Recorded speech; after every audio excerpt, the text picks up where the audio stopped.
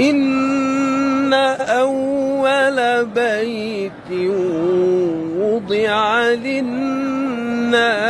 للذي ببكة مباركا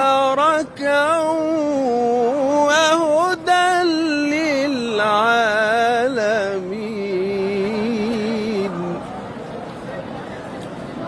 فيه آيات بينات مقام إبراهيم ومن دخله كان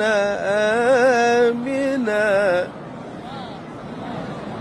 ولله على الناس حج البيت من استطاع